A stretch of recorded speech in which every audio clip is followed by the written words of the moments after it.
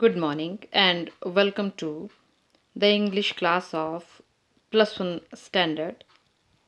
Dear students, you might be knowing that in your syllabus there are two books. One is Hornbill and the other is Snapshot. Hornbill is your major textbook.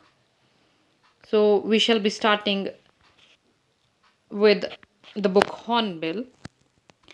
Let us start discussing the portrait of a lady, the first chapter of this book. First of all, a brief introduction of its author. Sardar Khushwant Singh has written this lovely piece in memory of his grandmother. Sardar Khushwant Singh was born and brought up in Punjab. सरदार खुशवंत सिंह पंजाब में पैदा हुए. दिल्ली में उन्होंने अपनी schooling की और उसके बाद गवर्नमेंट कॉलेज लाहौर में ग्रेजुएशन की.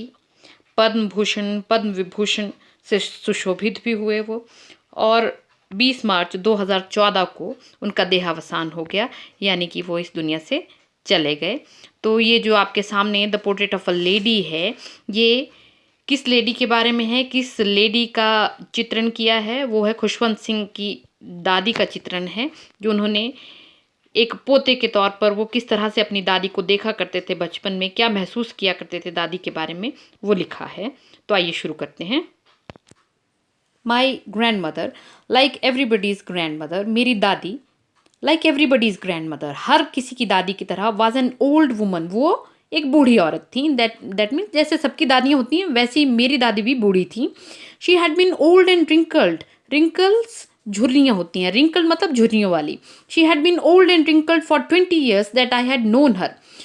पिछले 20 साल से, जब से मैं अपनी दादी को जानता आया था, यानी कि लेखक की उम्र उस समय 20 साल है, 20 साल से जब से मैं अपनी दादी को जानता आया हूँ, वो बूढ़ी थी और झुर्रियों वाली थी.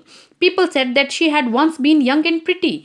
लोग कहते थे कि वंस कभी मेरी दादी जवान और आकर्षक हुआ करती थी.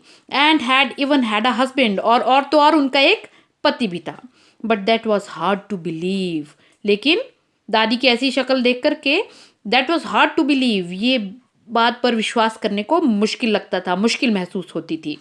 My grandfather's portrait, portrait हाथ से बनी हुई तस्वीर, hung above the mantelpiece, mantelpiece आग जलाने के लिए जो जगह बनी होती है, इन द ड्राइंग रूम. कहते हैं ड्राइंग रूम में वो जो चिमनी वाली आग जलाने के लिए जगह बनी हुई थी, वहाँ ऊपर मेरे दादाजी की तस्वीर लटकी हुई थी. ही वोर वियर की सेकंड फॉर्म, उन्होंने पहनी हुई थी अ बिग टर्बन, एक बड़ी सी पगड़ी. एंड लूज, लूज LOOSE, एक होता है LOSE, ये लूज है ढीला, और LOSE होता है खो देना, गुम कर देना, उसको भी हम बोलते लूज ही हैं. He wore a big turban and loose fitting clothes, उन्होंने एक बड़ी सी पगड़ी पहन रखी थी और ढीले ढाली फिटिंग वाले कपड़े थे. हिज लॉन्ग वाइट बियर्ड, उनकी लंबी सफ़ेद बियर्ड, दाढ़ी, कवर्ड द बेस्ट पार्ट मतलब मैक्सिमम हिस्सा ऑफ हिज चेस्ट. कहते उनकी लंबी और सफ़ेद दाढ़ी थी, जिसके कारण उनकी छाती का मैक्सिमम हिस्सा ढका हुआ था. एंड ही लुक्ड एटलीस्ट कम से कम 100 years ओल्ड, और वो कम से कम 100 साल बूढ़े लगते थे, यानी कि 100 साल की उम्र लगती थी उनकी. He did not look the sort किस्म प्रकार of person who would have a wife और चिल्ड्रन, वो इस तरह के आदमी नहीं लगते थे, ऐसे व्यक्ति नहीं लगते थे जिस व्यक्ति की पत्नी और बच्चे हो सकते. He looked as if he could only have lots and lots of grandchildren, वो ऐसे दिखते थे जैसे कि उनके lots and lots of grandchildren, बहुत सारे पोते पोतियाँ या नाती नातिनें ही हो सकती हूँ. As for my grandmother being young and pretty, और जहाँ तक मेरी दादी के जवान और आकर्षक होने की बात थी, the thought was almost revolting. Revolt ऐसे होता है विद्रोह, यहाँ पर है ऑलमोस्ट रिवोल्टिंग, मतलब बड़ा विरोध पैदा करने वाला होता है, मतलब ये सोच, इस तरह की चीज़ सोच करके ही मन में बड़ा विरोध पैदा हुआ करता था. She often told us of the games she used to play as a child. दादी प्रायः बताया करती थी कि एक बच्चे के तौर पर वो किस तरह की गेम्स खेला करती थी.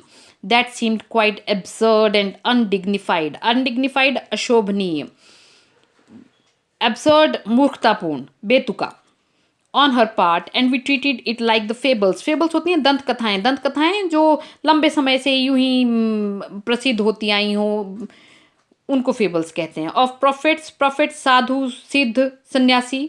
She used to tell us. कहते वो जो गेम्स के बारे में दादी बात किया करती थी वो बड़ा ही अशोभनीय और मूर्खतापूर्ण लगता था उनकी तरफ से, और हम लोग उन कहानियों को वैसे ही सुना करते थे जिस तरह से वो संतों की या सन्यासियों की हमें दंत कथाएं सुनाया करती थी। शी हैड मतलब बिना उन पर विश्वास किए, दादी की बातों के ऊपर विश्वास किए बिना ही हम उनकी वो गेम्स के बारे में बातें सुना करते थे। She had always been short and fat and slightly bent. दादी हमेशा से ही कैसी थी? शॉर्ट थी, छोटी थी, फैट मोटी थी, एंड स्लाइटली स्लाइटली हल्की सी, बेंट हल्की सी झुकी हुई मुड़ी हुई थी। दैट मीन्स दादी के पीठ में कूब है, हम्प है, बेंट है। कहते दादी हमेशा से ही छोटी मोटी और कूब वाली थी। Her face was crisscross, crisscross, crisscross होता है ताना बाना।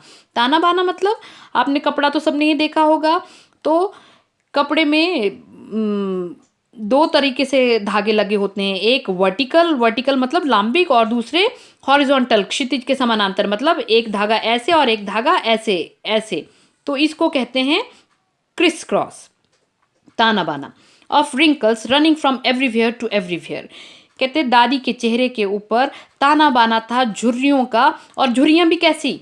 Running from everywhere to everywhere मतलब हर जगह से हर जगह को जाती हुई। बोलने का मतलब चेहरे की ऐसी कोई जगह नहीं थी जहां पर झुर्रियां नहीं थी। No we were certain she had always been as we had. Certain होता है पूरा यकीन होना, विश्वास होना। लेखक कहता है हमें इस चीज पर यकीन था कि जैसे हम अपनी दादी को जानते आए हैं, दादी हमेशा से ही वैसी थी। ओल्ड बूढ़ी, so terribly old that she could not have grown older. Terribly बहुत ज्यादा, भयंकर। कहते बूढ़ी, इतनी बूढ़ी कि उससे ज्यादा वो बूढ़ी हो ही नहीं सकती थी। And had stayed at the same age for 20 years. और ऐसे लगता था कि पिछले 20 साल से वो एक ही उम्र में रुक गई हों। She could never have been pretty. कभी भी दादी आकर्षक नहीं हो सकती थी। But she was always beautiful. लेकिन वो हमेशा खूबसूरत थी, सुंदर थी। अब होता है दादी उसको अच्छी लगती हैं। शी हॉबल्ड, हॉबल करना होता है लड़खड़ा करके धीरे धीरे चलना। About the house in spotless, spotless बेदाग, white with one hand resting on her waist to balance her stoop, stoop कूब, and other telling the beads of her rosary। Rosary होती है वो वाली माला जिसको हम पूजा के लिए इस्तेमाल करते हैं, उसको रोजरी कहते हैं। पूजा के लिए, अर्चना के लिए जिस माला का इस्तेमाल होता है उसको रोजरी कहते हैं। She could never have been pretty. कहते दादी कभी भी आकर्षक नहीं हो सकती थी, लेकिन वो हमेशा ही खूबसूरत थी। शी हॉबल्ड, वो लड़खड़ाते हुए घूमती रहती थी। अबाउट द हाउस, घर में। इन स्पॉटलेस वाइट, अपने बेदाग सफेद कपड़ों में। With one hand resting on her waist, waist कमर, एक हाथ उन्होंने अपना कमर पे रखा होता था। टू बैलेंस हर स्टूप, ताकि अपने कूब के साथ वो संतुलन बना करके चल सके। The other telling the beads of her rosary. और tell the beads, tell the beads का मतलब होता है मन के फेरना। और दूसरा हाथ काहे में लगा होता था? उनकी पूजा की माला के मन के फेरने में लगा होता था। हर सिल्वर लॉक्स, लॉक्स बालों की लटें, सिल्वर। अब दादी के बाल, दादी बहुत बूढ़ी हैं तो उनके बाल कैसे हैं? सफ़ेद हैं, तो उनको सिल्वर बोला है उसने, चांदी जैसे सफ़ेद। वर स्कैटर्ड, स्कैटर्ड बिखरे हुए। अनटाइडीली, अव्यवस्थित ढंग से। ओवर हर पेल, पेल बेरंग। पकड़, धंसा हुआ, कमज़ोर। Face and her lips constantly, constantly लगातार। Moved in inaudible prayer. Inaudible जो सुनाई ना दे, ऑडिबल होता है जो सुनाई दे, इनऑडिबल जो सुनाई ना दे, प्रेयर। हर सिल्वर लॉक्स, दादी की वो जो सफ़ेद बालों की लटें थीं वो बिखरी हुई होती थी अव्यवस्थित ढंग से। उनके बेरंग, सूखे हुए, भिंचे हुए चेहरे पर। एंड हर लिप्स, और उनके जो होंठ थे कॉन्स्टेंटली, लगातार हिलते रहते थे। प्रार्थना में, कैसी प्रार्थना? जो हमें नहीं सुनाई देती थी। ठीक है, दादी हमेशा प्रार्थना करती रहती थी, मुंह में कुछ ना कुछ बोलती रहती थी, लेकिन हमें सुनाई नहीं देता था। Yes she was beautiful. कहते हाँ वो खूबसूरत थी। She was like the winter landscape in the mountains. वो बिल्कुल कैसी दिखती थी? जैसे माउंटेन्स का दृश्य होता है, पहाड़ों का लैंडस्केप, भूदृश्य होता है सर्दियों के समय में। दैट मीन्स जब सर्दियों के समय में पहाड़ बर्फ से ढक जाते हैं, उस समय पहाड़ जिस तरह से के दिखाई देते हैं खूबसूरत, वैसे ही मेरी दादी दिखाई देती थी।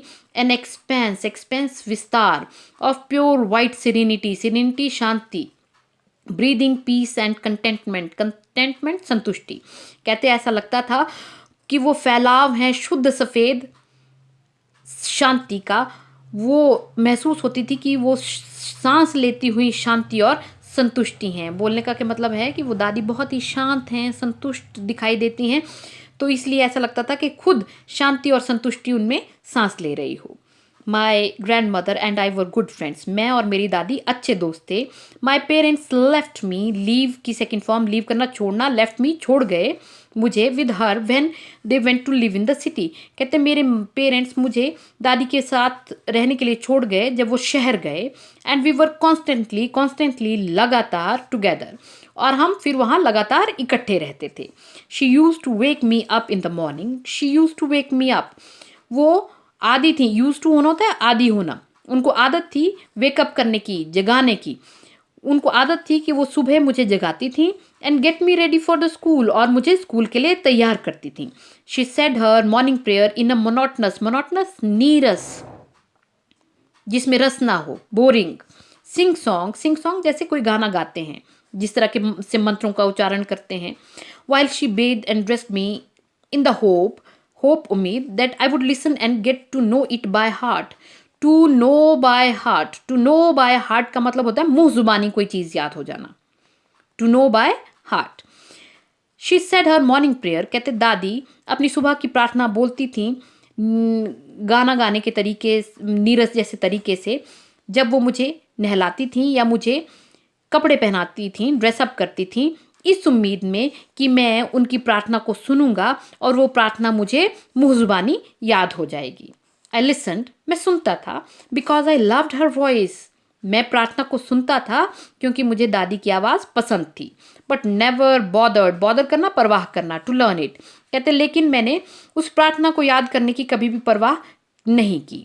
Then she would fetch my wooden slate, wooden slate लकड़ी की तख्ती। पहले आप लोग नोटबुक्स पे पेंसिल के साथ लिखते हैं छोटी क्लासेस में ही भी, लेकिन पहले लकड़ी की तख्तियों पे लिखा जाता था।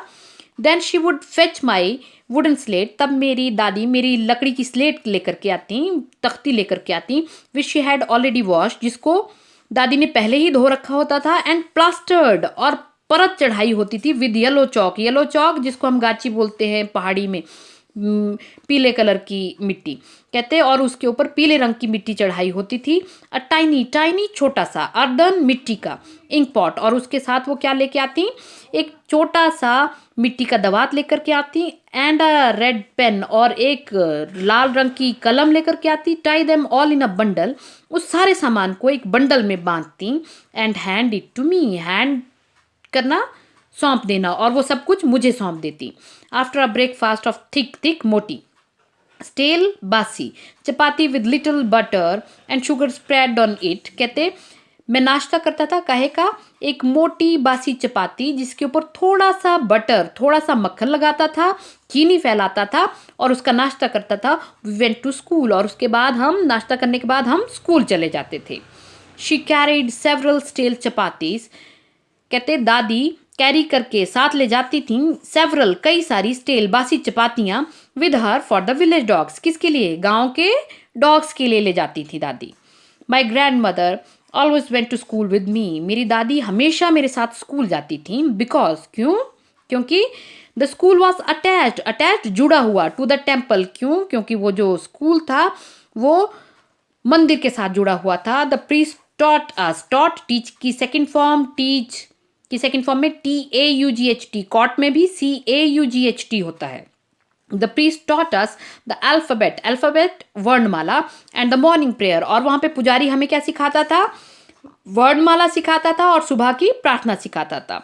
while the children sat in rows, कहते बच्चे जब रोज पंक्तियों में बैठे होते थे, ऑन ईदर साइड दोनों side of verandah, singing the alphabet, कहते जब बच्चे बरामदे के दोनों साइड बैठे होते थे वर्णमाला को गाते हुए, और the prayer in a chorus, या फिर प्रार्थना को गाते हुए इन अ कोरस, कोरस होता है एक सुर में मिलकर के गाना, उसको कहते हैं कोरस। जब बच्चे बरामदे की दोनों साइड बैठ करके या तो वर्णमाला को या प्रार्थना को मिल करके गाया करते थे, my grandmother sat inside, मेरी दादी अंदर बैठती थी मंदिर में, रीडिंग द स्क्रिप्चर्स, स्क्रिप्चर्स होते हैं धार्मिक ग्रंथ, और क्या किया करती थी वो, वहां बैठ करके धार्मिक ग्रंथों को पढ़ा करती थी। When we had both finished, जब हम दोनों ही अपना काम समाप्त कर लेते थे, we would walk back together, तो हम वापिस इकट्ठे चलते थे। This time the village dogs would meet us at the temple door, लेकिन इस समय क्या होता था, गांव के जो कुत्ते होते थे वो टेम्पल के डोर पर, मंदिर के दरवाजे पे ही हमें मिल जाते थे। They followed us to our home, वो हमारे पीछे पीछे चलते थे, फॉलो करना पीछे पीछे चलना, घर तक।